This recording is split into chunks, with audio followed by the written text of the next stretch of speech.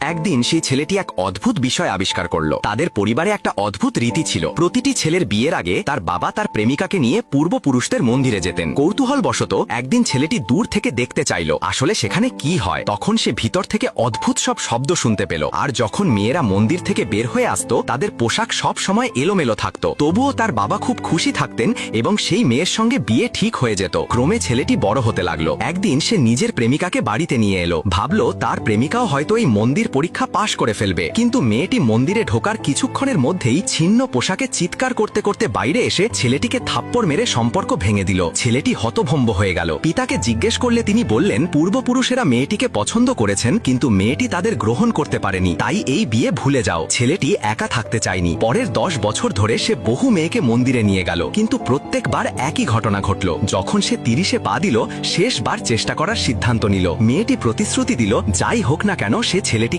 ছেড়ে যাবে না। কিন্তু মন্দিরে ঢোকার সাথে সাথেই আবার সেই ভয়ঙ্কর শব্দগুলো শোনা গেল। ছেলেটি আর সহ্য করতে পারল না, ছুটে মন্দিরে ঢুকে পড়ল। কিন্তু তখনই তার প্রেমিকা তার উপর ঝাঁপিয়ে পড়ে মারতে শুরু করলো। বাবা এসে তাকে থামালেন, তবুও ছেলেটির মাথায় কিছু ঢুকল না। সে বুঝতে পারছিল না যে মেয়েটি এত ভালোবাসত সে হঠাৎ এমন বদলে গেল কেন। সে সত্য জানতে চাইল কিন্তু বাবা তাকে নির্মমভাবে প্রহার করলেন। সে 3 দিন অজ্ঞান রইল। তার এই অবস্থা দেখে দাদি প্রশ্ন করলেন কিন্তু বাবা বললেন আমি আগেই বলেছিলাম মন্দিরের সত্য জানার চেষ্টা করিস না। তখন দাদি নিজে যাচাই করতে গেলেন কিন্তু মন্দির থেকে ফিরে আসার পর সেও বদলে গেলেন। যে দাদি একসময় তাকে আদর করতেন তিনি এবার তাকে মারতে শুরু করলেন। চাচা যখন দাদিকে থামাতে গেলেন তখন তিনিও বদলে গেলেন এবং ছেলেটির উপর হামলা করলেন। ছেলেটি বুঝতে পারছিল না এই মন্দিরে এমন কি আছে যা সবার মন পাল্টে দেয়। তখন তার বাবা তাকে একটি গুদামে বন্দী করে রাখলেন। ভাগ্যক্রমে তার এক বন্ধু পুলিশ নিয়ে এলো। পুলিশ তদন্ত শুরু করলো। একজন অফিসার মন্দিরে ঢুকতে চাইল কিন্তু বাবা বাধা দিলেন, বললেন আমাদের বংশের বাইরে কোনো পুরুষ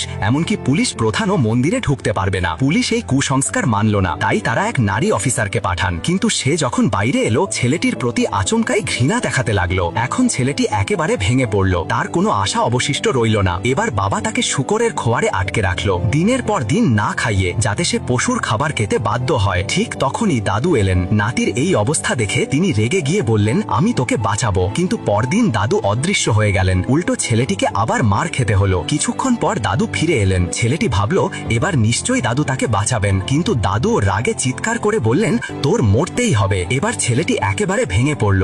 বহু বছর ধরে সে সব সহ্য করেছে কিন্তু আর না। তার মনে হলো এরা তাকে মেরে ফেলবে, তাই সে নিজেই ছুটে মন্দিরের ভিতরে ঢুকে পড়ল।